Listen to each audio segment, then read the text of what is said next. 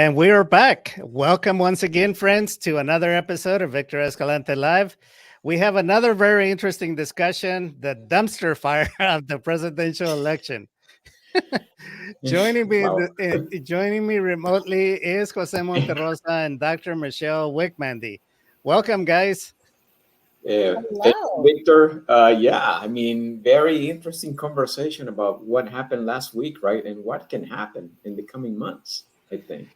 Yes, so I want to full transparency. This is not a political discussion. This is Right. actually the intersection of media, PR, strategy, and demographics. The new demographic of America. That's what we're going to be doing a deep dive into, as far as what is happening based upon what we know, and then what are voices saying out there, prominent voices that may have an impact on how we move forward.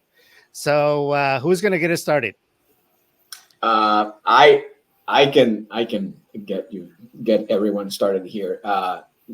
Let's talk about what communication wise what Okay. happened during the debate, right? Uh, we saw two different characters presenting themselves to the national audience with two different, very different approaches uh, for different reasons, right? So the thing that got me the most is, first of all, the way they differentiate with each other, but one being very, I guess, aggressive with the way he was trying to set up the debate, and the other one being perceived as someone that maybe was in another place and not necessarily at the debate, and was took a very step back, defensive mode, and probably not very aware of the conversation or the things that were being discussed at the moment. So that is one of the things that caught a lot of my attention. What are you trying to accomplish here? What are you trying to communicate here Yeah, to the let me people that comment about that. What okay. happens typically, and again, this is my area of expertise, Uh-huh. communication, as well as political consulting, because behind the scenes, I do a lot of consulting with different entities. And I'm going to reference a study that I was commissioned to do by a state agency that is a nonprofit, to try to understand what happened in the valley. They called it the miracle, the GOP Hmm. miracle down in the valley, and I think it's quite interesting and sobering to understand what is happening today in America with a younger demographic.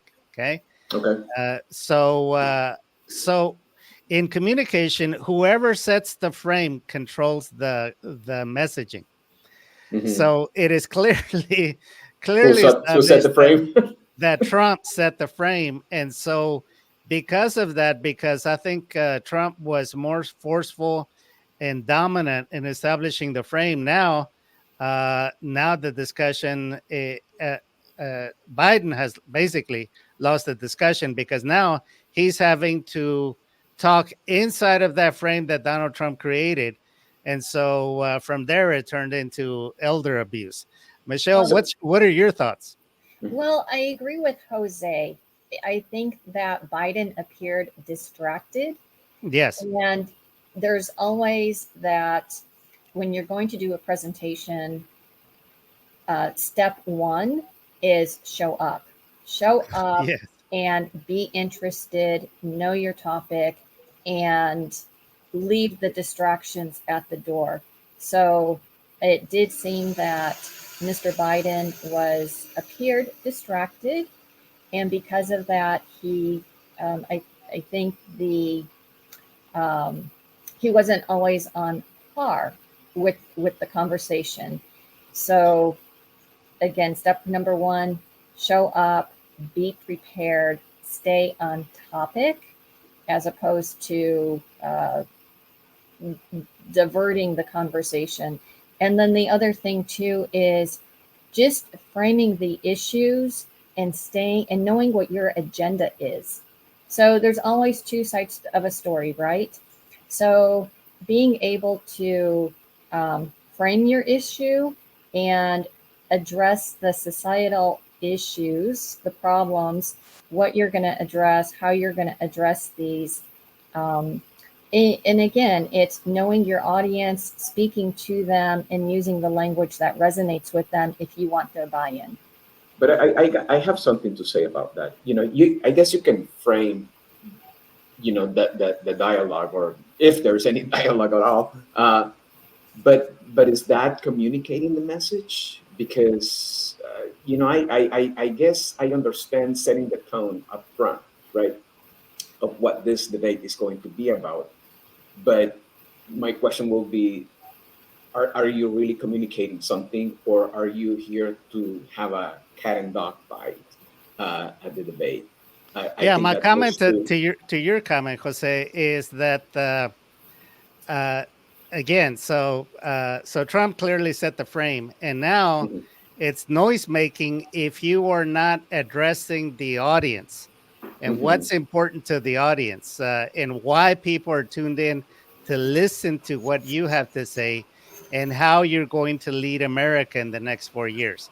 So again, this whole nonsense about playing golf and who's a better golf player and everything else that is not relevant to leadership and where the country is headed in the next 4 years, to establish a clear choice. That's where, in my opinion, that's where the two candidates really went off the rails. I, So yeah, I no, was I gonna. agree. It's identifying what the societal problems are Yes, and then approaching it. I don't care who has a better golf game. I care about interest rates. I Mhm. care about the security of the country. I care about whether democracy will survive. And so so again, it's like there was a missed opportunity by Biden, and there was a lot of bait and switch from Trump. well, you're right. They didn't necessarily answer some of the questions. Yes, But they completely ignored it, and there was a lot of misinformation coming out of Trump's mouth that the moderators did not even attempt to reframe, address, or question. they let the So candidates go on Yes, and talk about what was important to them. The um, the people tuned in because they wanted to know what do the candidates stand for, what issues are important to them, how are they going to address these.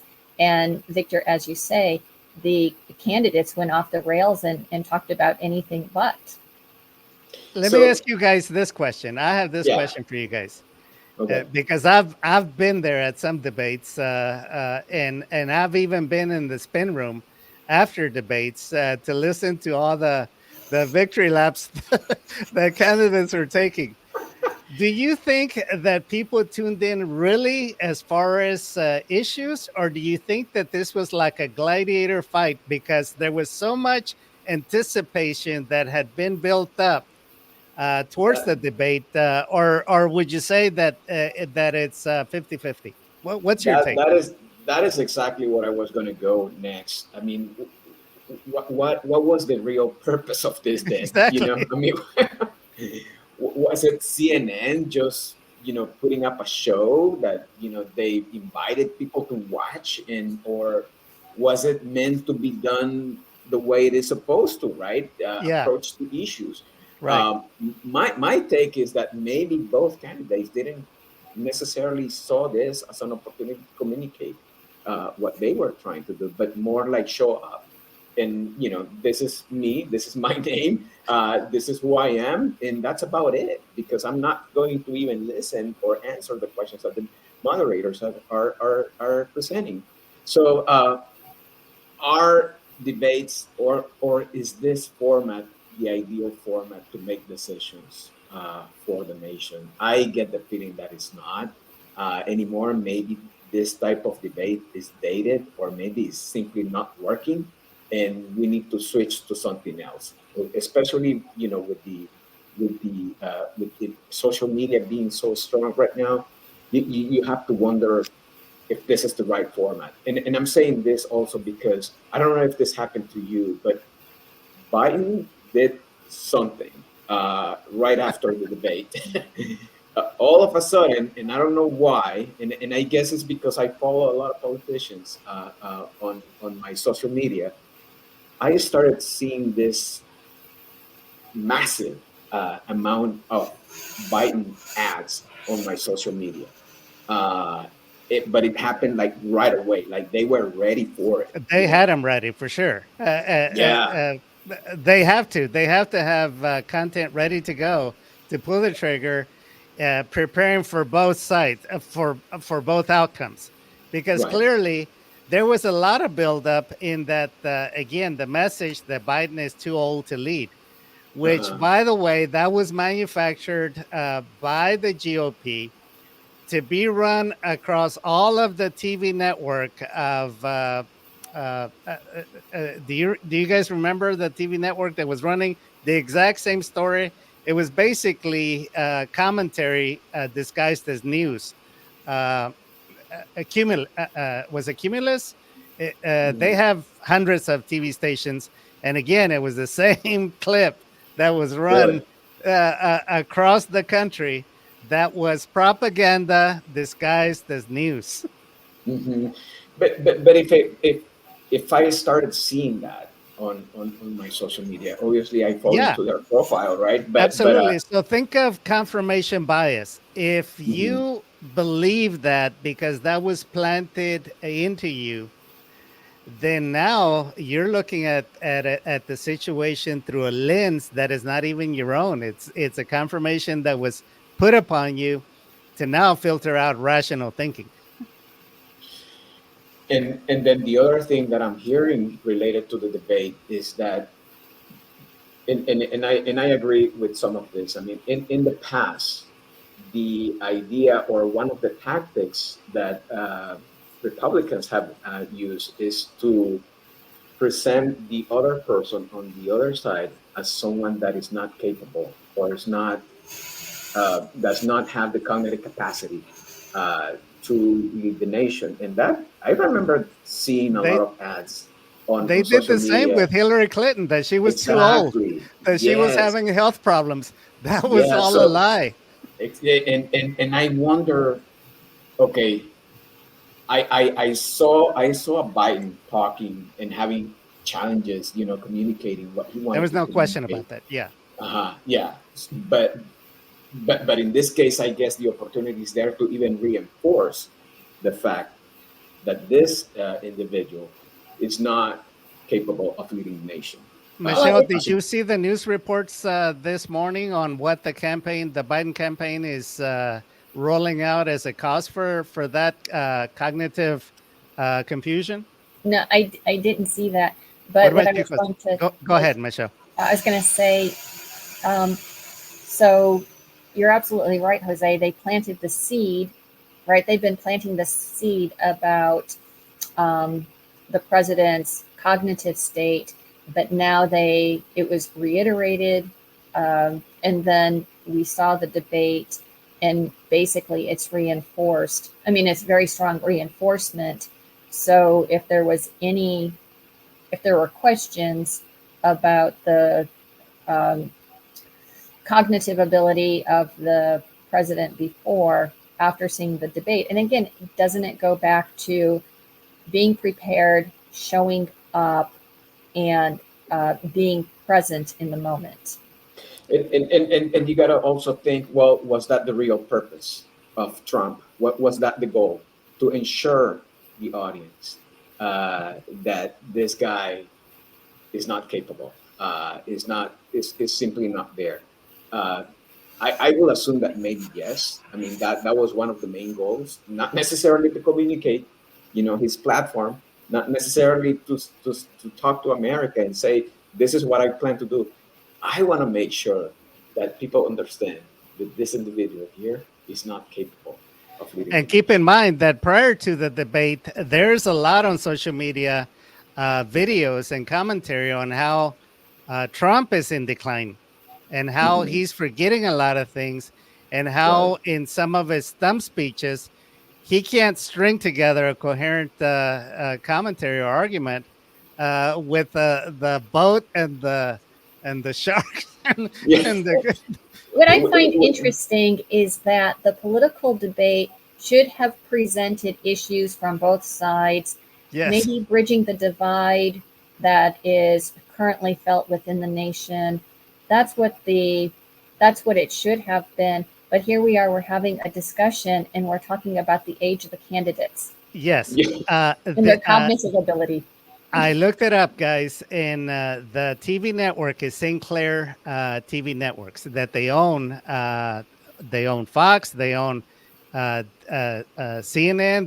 They own all these different stations, and they're not necessarily linked necessarily just to Fox.